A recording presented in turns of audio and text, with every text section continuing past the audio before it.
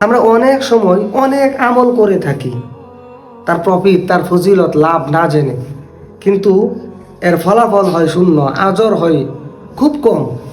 আবার এমন অনেক আমল আছে যেগুলো আমরা তার ফজিলত জানি, তার লাভ জানি, করি খুব স্বল্প, কিন্তু এর প্রফিট, ফলাফল, ফজিলত, সোয়াব, আজর, উজরত, প্রতিদান অনেক বেশি আল্লাহ তাআলা দান করে।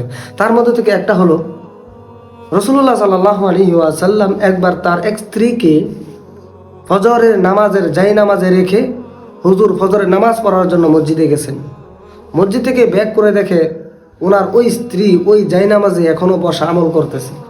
তখন রাসূলুল্লাহ তার স্ত্রীকে দেখে বললেন যে তুমি এতক্ষণ যে আমলগুলো করেছো, ওই আমলের উজরত, ফজিলত, লাভ যদি এক পাল্লায় রাখা হয়, আর আমি একটা কালেমা পাঠ করেছি, ওই কালেমার ফজিলতটা যদি এক পাল্লায় রাখা হয়, তাহলে আমার কালেমার ফজিলত, উজরতটাই বেশি ভারী হবে। সুবহানাল্লাহ। তখন রাসূলুল্লাহ ওই কালেমাটা শিখিয়ে দিয়েছেন। সেই কালেমাটা কি?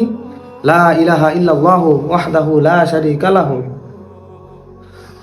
সুবহানাল্লাহি ওয়া বিহামদিহি আদাদা খালকিহি ওয়া রিদা নাফসিহি ওয়া জিনাতা আরশিহি ওয়া মিদাদা কালিমাতিহি সুবহানাল্লাহি ওয়া বিহামদিহি সুবহানাল্লাহিল আযীম।